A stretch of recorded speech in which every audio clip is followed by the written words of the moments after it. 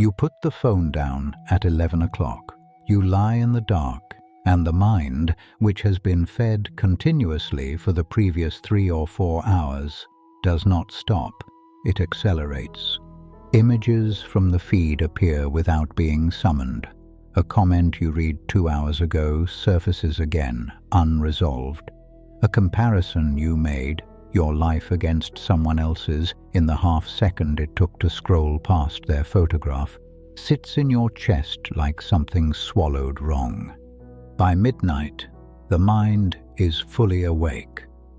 By 2 in the morning, you are working through an argument you have not yet had, with someone who does not know it's happening.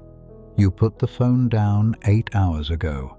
The phone is still in your hand. Here is the thing almost no one tells you about that 2 a.m. mind.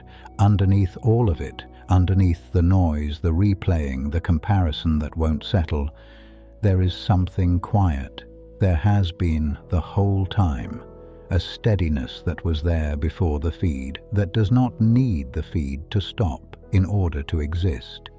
You are not far from it. You are not chasing it across some distance you haven't had the time to cross. You are just buried under what's covering it. The peace you keep reaching for is not somewhere ahead of you. It is underneath you. And the work, the only work, is learning to clear away enough of the noise to feel what was always already there. So first, it helps to understand exactly what the noise is. It is not a problem that better sleep hygiene will solve. Not melatonin, not a blackout curtain, not a stricter bedtime. It is a problem that was identified with surgical precision roughly 2,500 years ago, and named, in the language spoken then, with a word that still has no adequate translation in English. The word is papañca. Papañca. You won't find it in most popular books on mindfulness. The wellness industry had to simplify things to reach a mass audience, and papañca is not simple. It is also not comfortable, because once you understand what it describes, you cannot unsee it. What it describes is this: the mind's compulsive tendency to take a single moment of contact and spin it automatically into an elaborate story, complete with characters, consequences, imagined futures, and rehearsed responses that bears less and less resemblance to what actually happened. What it describes is what your mind does at 2 in the morning. What it describes is what social media has spent the last decade learning to feed. It is worth clearing up one misreading before going further.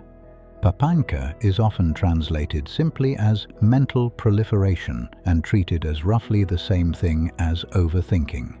The fix in that reading is the fix for overthinking. Slow down, breathe, think less. That misses it almost entirely. Papañca is not the volume of thought. It is the mechanism that turns a moment of contact into thought. You can think very little and still be caught in it, running a single quiet loop, continuously, all day, invisible because it is so familiar. The person who lies completely still at night and seems to be doing nothing but wakes exhausted has not escaped papañca by being still. They have been running it in silence. This matters because almost everything the wellness industry offers is aimed at reducing the volume. Fewer inputs, more white space, digital detox. None of that is wrong, but it addresses the fuel, not the fire. The fire is the mechanism itself, and the quiet you're looking for is not on the far side of the fire. It is underneath it, waiting for the mechanism to be seen clearly enough to loosen its grip. So here is the mechanism. When you encounter something, your eye meets a form, your ear meets a sound, a chain begins. The meeting produces contact. Contact produces vedana, a pre-linguistic, body-felt quality that registers before conscious thought engages.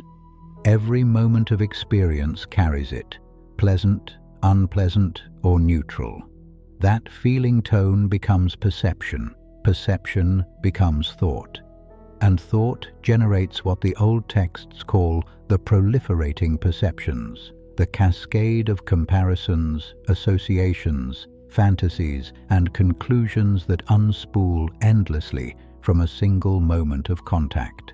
A single second of scrolling, your eye landing on someone's photograph, runs this entire chain in the time it takes to draw one breath. Eye meets image, contact occurs, the feeling tone registers, perception names the person, thought elaborates, and the proliferation takes over, running for hours. The image is gone in 1 second. The papañca runs through the night. 3 things fuel it. They were named long ago as the roots that turn ordinary contact into the endless chain. The first is tanha, craving. Not just hunger for objects or pleasure, but the deeper habit of reaching, the sense that this moment is not quite enough, that the next thing might finally satisfy it. The almost but not quite that lives permanently beneath the scrolling. The second is mana, conceit, not arrogance exactly, more like the mind's continuous social scorekeeping, comparing, ranking, measuring where you stand relative to others in every encounter. The third is ditthi, fixed view, the assumptions the mind carries about how things are, what others think of you, what you deserve, what is possible and what is not. Now look at what a social media platform is built to produce. It feeds tanha through the infinite scroll, the variable reward that delivers occasional hits in patterns behavioral scientists have confirmed activate the same circuits as a slot machine. The next thing might be it, so you keep going. It feeds mana through public metrics, follower counts, like totals, the visible comparison of lives displayed at their most curated. The mind cannot help but rank itself.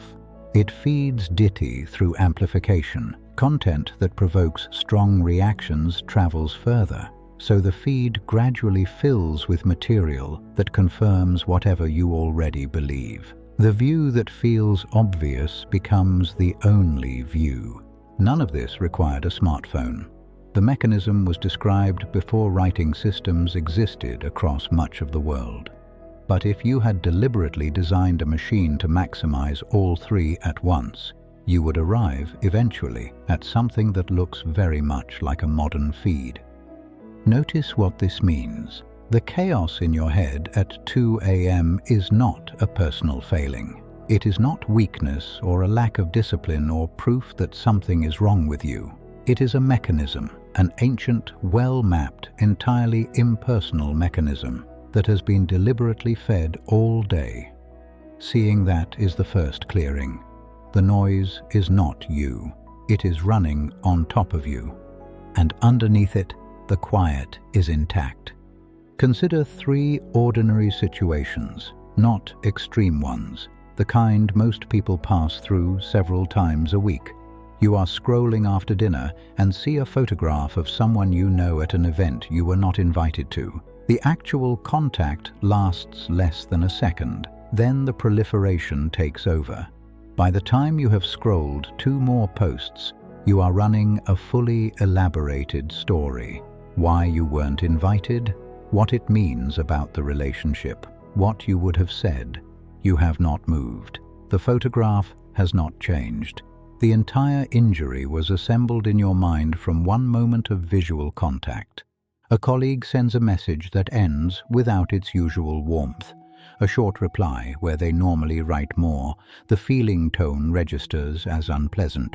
The scorekeeping activates. Where do you stand?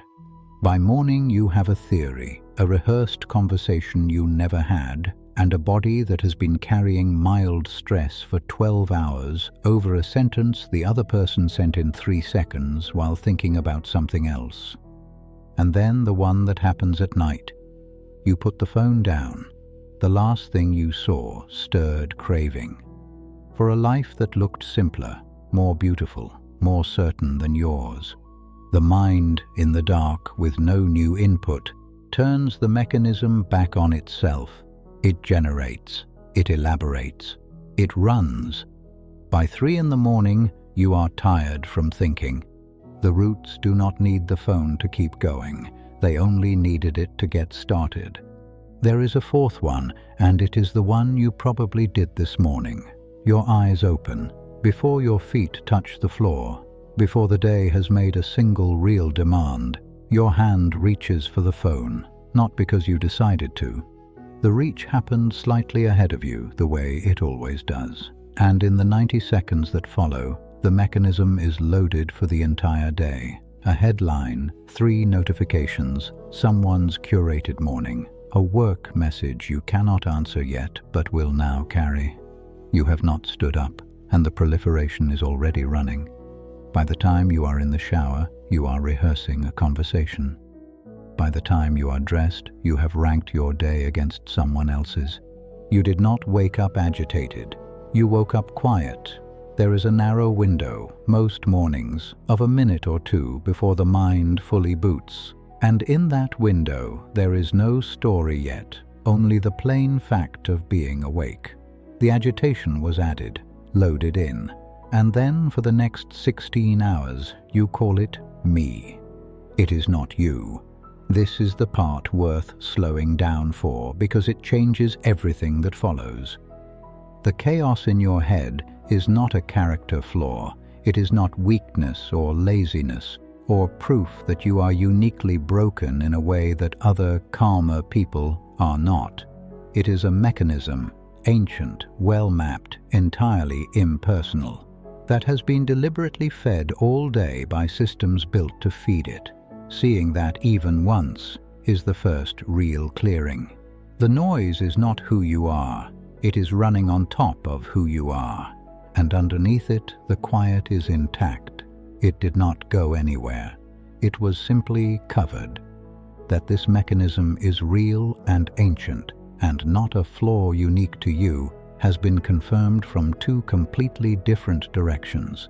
From the old tradition, generations of practitioners spent their lives mapping the chain from contact to proliferation in fine detail, including, crucially, the one place it can be interrupted. A scholar who fled Europe in the 1930s and spent 58 years in a forest hermitage in Sri Lanka described watching his own restless, argument-generating mind do exactly what the texts warned against night after night, until he learned to notice it before it carried him away. He never saw a phone. He described its effects precisely. And from neuroscience, in 2001, a researcher studying the brain at rest expected to find it quiet between tasks. He found the opposite. A specific network lit up the moment a person had nothing to do, and what it was doing was thinking about the self in social context, replaying the past, rehearsing the future, comparing, forecasting. He called it the default mode network. Sleep researchers have since found that high activity in this network before sleep is one of the strongest predictors of waking up unrefreshed after a full 8 hours. Not because the body didn't rest, because the mind never stopped generating. 2 traditions, 2 vocabularies, 2,500 years apart. The same machine described twice. And both arrived at the same quiet conclusion. The machine can be interrupted, not by force, not by arguing with it, by seeing it.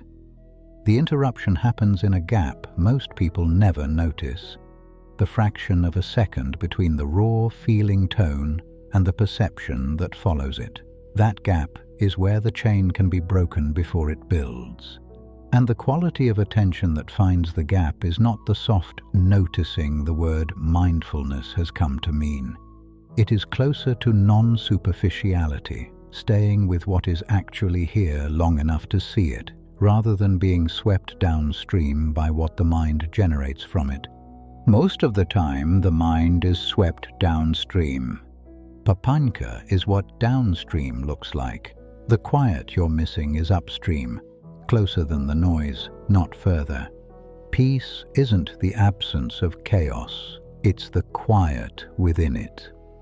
And it is worth being honest about what that quiet actually is, because the wellness industry has sold a version of it that does not exist and then quietly blamed you for failing to reach it. The quiet is not a blank mind. It is not a state where no thoughts arise and you float in a warm, empty calm. If you are waiting for that, you will wait forever, and you will conclude, wrongly, that you are bad at this. Thoughts will keep arising. The feeling tones will keep registering. The roots will keep tugging. The quiet is something underneath all of that activity. It is the part of you that notices the activity without being dragged into it. Think of the difference between being caught in a current and standing on the bank watching the current go by. The water is just as fast. The current has not slowed, but you are not in it anymore. You are watching it move. That place on the bank is not something you build. It is not a skill you accumulate over years. It is where you already are, the moment you stop being swept along. It was there at 2 a.m, underneath the argument you weren't having. It was there this morning in the 90 seconds before your hand found the phone. It is here, right now, underneath whatever this video has stirred up. People describe the first clear taste of it in almost the same words, across centuries and traditions. A sense of room, a loosening in the chest. The surprising discovery that the thought they were drowning in is just a thought, that it was never the whole sky, only weather moving across it. Nothing dramatic, no white light, just the quiet recognition. Oh, I am not the storm. I am the thing the storm is happening to. That recognition is the entire return, and it is available not after 90 days of perfect practice, but in the next breath. Now, you are not going to become a scholar of an ancient language. You are not going to spend 58 years at a forest hermitage. You don't need to. When you put the phone down tonight, the mind will begin processing everything the feed gave it. The comparison, the unresolved comment, the half-formed judgment, the craving that arrived in the shape of someone else's life. You cannot stop this from starting. The chain has already begun before you are aware it has begun. That is what makes it papañca. What you can do is notice the moment it begins and name it, not analyze it, not replace it with a more positive thought, not argue with it. Simply, this is papañca. This is the mind proliferating. This is a formation, not a truth. The label interrupts. In the moment you name it, you have stepped out of the chain. You are no longer inside it. You are watching it. And that small step back is not a retreat from your life. It is a return to the place you actually live, underneath the noise. So, 2 small experiments. One tonight before you pick up the phone. Pause for 60 seconds before you begin scrolling. Sit still. Notice what is already in the nervous system before the feed adds to it. Restlessness? A low craving for stimulation? Comparison? The pull to know how everyone else is doing relative to you? Name it once. Then, when you put the phone down at the end of the evening, pause again. 60 seconds. Notice what the feed has left behind, the temperature of the mind. Is it agitated? Comparative, building a story about something you saw? Name it, not to resolve it, not to purify yourself of it, just to see it for what it is, a chain of associations arising from contact, fueled by 3 old roots running the same pattern that was identified in a forest in northern India before the Roman Empire existed. You can name a thing without being destroyed by it. That is the whole teaching. And there is a third moment worth claiming, the one the feed steals before you are even conscious. The morning. Tomorrow, before your hand reaches for the phone, do not reach. Leave it on the table, face down, for 60 seconds. Lie still. Notice the window, the quiet that is there before the day is loaded in. You are not trying to hold on to it or make it last. You are just registering that it exists, that you woke into it, that it was there before any story arrived. That single minute does something the rest of the day cannot undo. It shows you, with your own evidence, that the agitation is added, not original. You started quiet. You can return to quiet because quiet is the floor, not the ceiling. None of this gets easier in the way people expect. The chain will still start. After a week of naming it, you will not have stopped the proliferation. You will simply catch it sooner. After a month, you will catch it sooner still, and the gap between the noticing and the being pulled back in will widen by a fraction.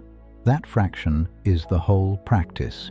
It is not that the noise ends. It is that you spend a little more of your life on the bank and a little less in the current. That is the only progress there is, and it is enough, because every second on the bank is a second of the peace that was always there.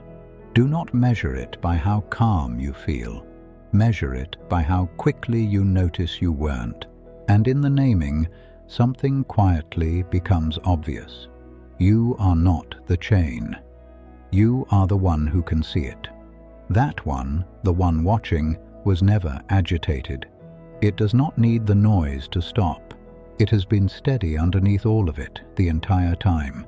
The phone goes down at 11. The processing wants to run until 3. But somewhere in the oldest surviving layer of these teachings, copied by hand on palm leaves from a transmission that stretches back before the phones, before the feed, before any of it, there is a word for what the mind does in the dark. It is not a diagnosis, it is a description. And beside the description, very quietly, is the way back. The non-proliferation of the proliferating perceptions.